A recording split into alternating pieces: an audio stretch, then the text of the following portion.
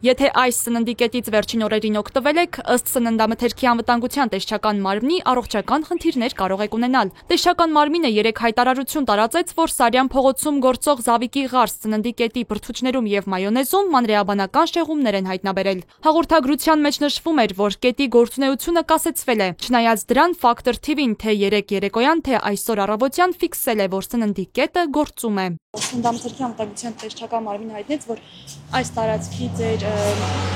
օբյեկտի արտադրական գործունեությունը կասեցվել է, իսկ հիմա դուք աշխատում եք։ Հարցերով չեմ կարող պատասխանել։ Իսկ ով կարող է պատասխանել։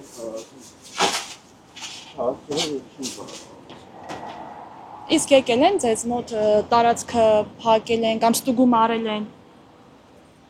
Ստուգում արել են, բայց տարածքը չեմ փակել։ Իսկ չեն ասել, որ արտադրական գործունեությունը կասեցվելի է։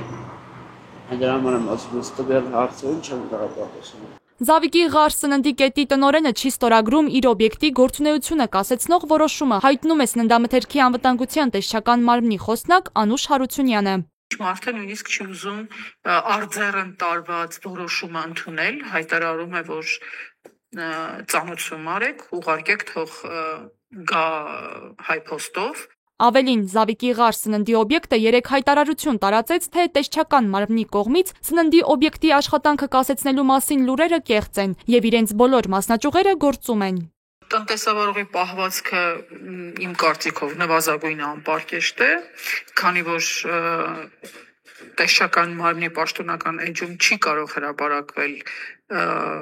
կեղծ տեղեկատվություն, այդպիսի հրապարակում անել այդ տնտեսավարողի կողմից շատ ինձ համար անհասկանալի էր, առավել եւս, որ խնդիրը չի եղել, չգիտեմ, երկու պատիճակ կամ էլ ինչ-որ մի այլ բան եղել է կոնկրետ սննդամթերքի մեջ լաբորատոր փորձաքննությամբ հայտնաբերված խնդիրներ, դուք կարդացիք սալմոնելա,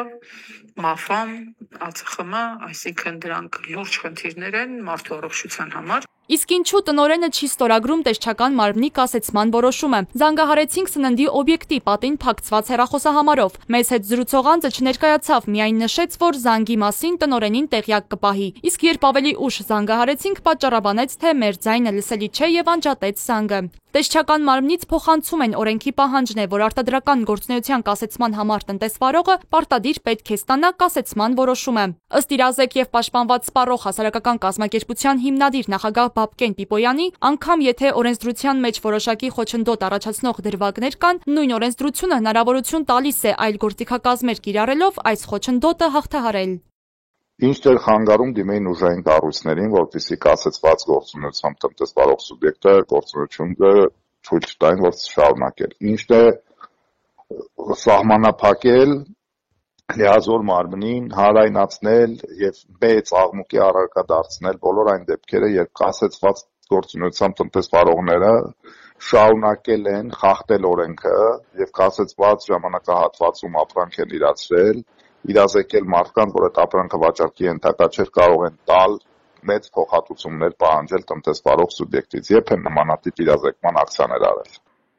Զավիկի Ղարս սննդի կետի դեպքը եզակի չէ։ Նախորդ տարվա փետրվարին գրել էինք, որ Ջուլիս սրճարանում սալմոնելայով սնունդ է մատուցվել եւ չնայած տեսչական մարմնի կասեցման որոշմանը հանրային սննդի օբյեկտը շարունակել է գործել։ Մի շարք քաղաքացիներ սուր աղիքային վարակով հայտնվել էին տարբեր բժշկական կենտրոններում եւ պարզվել էր, որ բոլորն էլ վարակվել էին Ջուլիսում մատուցված մարինացված սաղմոն ձկից։